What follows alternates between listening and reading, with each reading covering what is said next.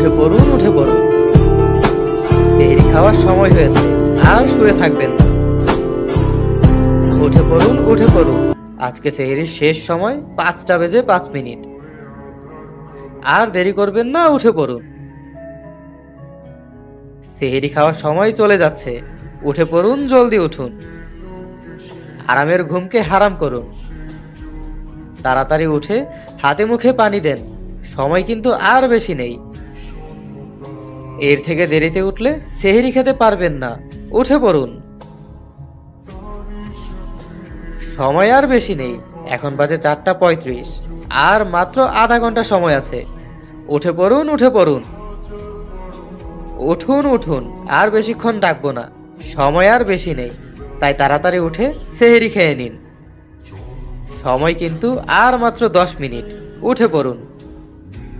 আর ঘুমিয়ে থাকবেন না, জলদি উঠুন।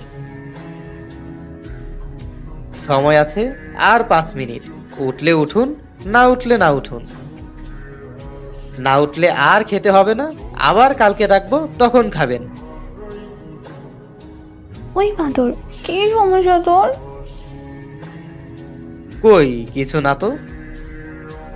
তাহলে ভোর থেকে এগুলো কি শুরু করেছিস? তোর মেসেজের নোটিফিকেশনে ফোন আমার হ্যাং ওভার হবার অবস্থা। এতগুলো আজে বাজে মেসেজ করেছিস কেন? আজে বাজে কোথায় করলাম? তোকে তো ঘুম থেকে ডেকে তুলছিলাম। কেন, তোকে কি আমি বলেছি আমাকে ঘুম থেকে ডেকে তোল? তোর বলতে হবে কেন? আজ প্রথম রোজা, আমার একটা দায়িত্ব আছে না? দেখা গেল ডাকলাম না, তখন আবার তুই না খেয়ে রোজা রাখবি, তাই মানবতার খাতিরে। ওরে আমার মানবতার ফেরিওয়ালা রে, তোকে কি আমি বলছি রাত দুপুরে আমাকে মেসেজ করতে, আমাকে ডাকতে? মানবতা দেখাতে আসছে একবারে। তোর বলতে হবে কেন? এটা তো একটা সওয়াবের কাজ, আমি তোকে ডেকে দিয়েছি। তোকে কে বলেছে আমাকে ডাকতে? মসজিদ আছে, মুয়াজ্জিম আছে, তারা ডাকবে। তুই কেন রাত দুপুরে মেসেজ করছিলি এতগুলা?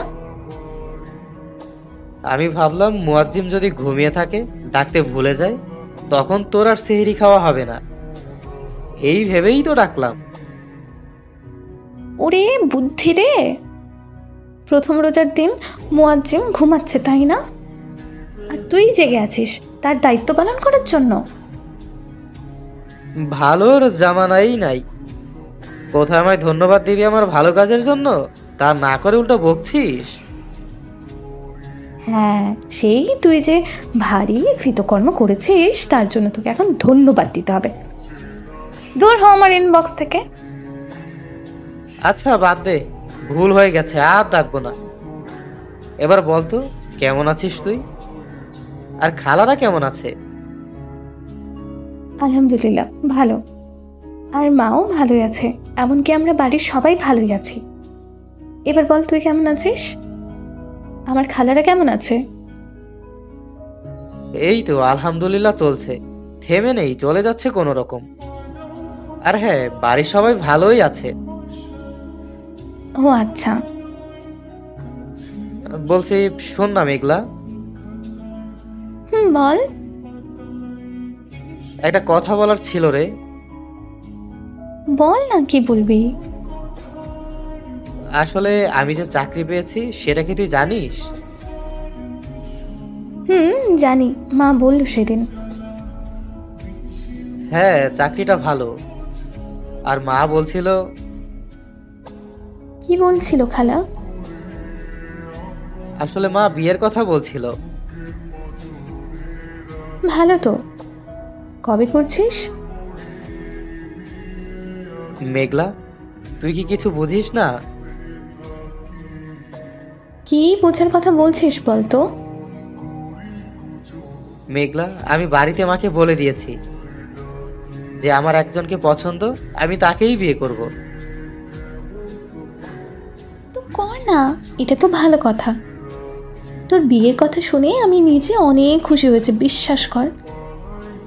অনেক দিন কোনো কাজিনের বিয়েই খাওয়া হয় না, তোর বিয়েটা হলে ভালোই হবে। আমিও ভাবছিলাম একটা বিয়ের দাওয়াত পেলে ভালো হতো, এর মধ্যেই তুই সুখবরটা শুনিয়ে দিলি। এতক্ষণ তোর ওপরে যা রেগেছিলাম, এখন সব রাগ উবে গেছে রে। মেঘলা, আমার পুরো কথাটা শোন। হ্যাঁ বল বল। আরে আমি একটু বেশি এক্সাইটেড হয়ে গেছিলাম। জানতে চাইলি না তো পাত্রীটাকে?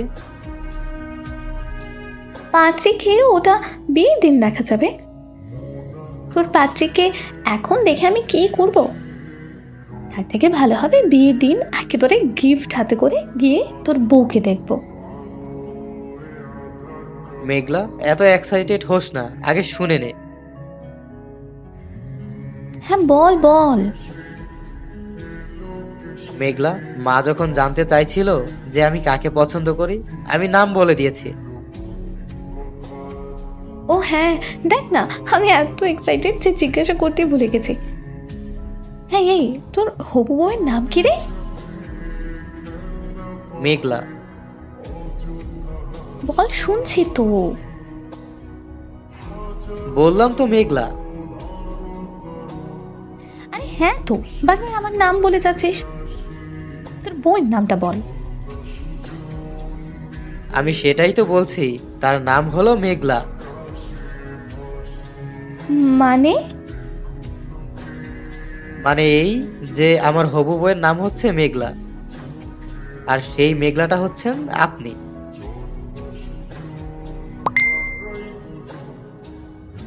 কি হলো, চুপ হয়ে গেলি কেন? কিছু তো বল। আই থিঙ্ক তুই আমার সেটা মজা করছিস। না মেঘলা, আমি সিরিয়াস। দেখ, ছোটবেলা থেকে একসাথে বড় হয়েছি, কত খেলা করেছি, একসাথে মারধর করেছি, ঝগড়াঝাটি করতে করতে বড় হয়েছি। আর এত কিছুর ভিড়ে তোর জন্য মনের মধ্যে কখন যে একটা সুপ্ত ভালো লাগা তৈরি হয়েছে আমি নিজেও জানি না। আমি তোকে ছাড়া কিছুই ভাবতে পারি না মেঘলা।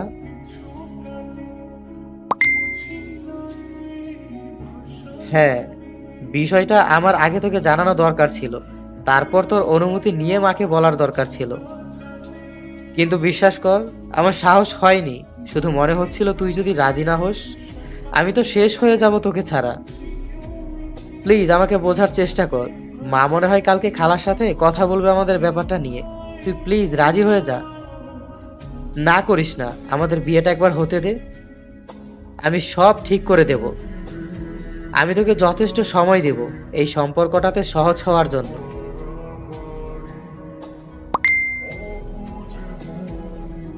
একটু ভেবে দেখ আমার ব্যাপারটা। আমি কখনো তোর উপর জোর দেখাবো না। তোর যত সময় লাগে আমাদের সম্পর্কের তুই তত সময় নিবি। সমস্যা নেই, তুই শুধু হ্যাঁ বলে দে প্লিজ। দেখ, ছোটবেলা থেকে আমরা একসাথে বড় হয়েছি, খেলায় ঝগড়ায় সময় কেটেছে। আমার সম্পর্কে তুই সবটাই জানিস, এমনকি তোর থেকে ভালো আমার ব্যাপারে কেউই জানে না। সেটা ঠিক। বড় হয়েছে পর থেকে কোনো প্রেম ভালোবাসা নামক সম্পর্কে জড়াইনি আমি। আর আমি তোকেও কখনো ওই নজরে দেখিনি। এখন হঠাৎ করে তুই এসে এতগুলো কথা বলছিস, এর মধ্যে বিয়ের কথাও ভেবে নিলি। আমাকে একটাবার জানানোর প্রয়োজনও বোধ করলি না। একবার জানাতে পারতি।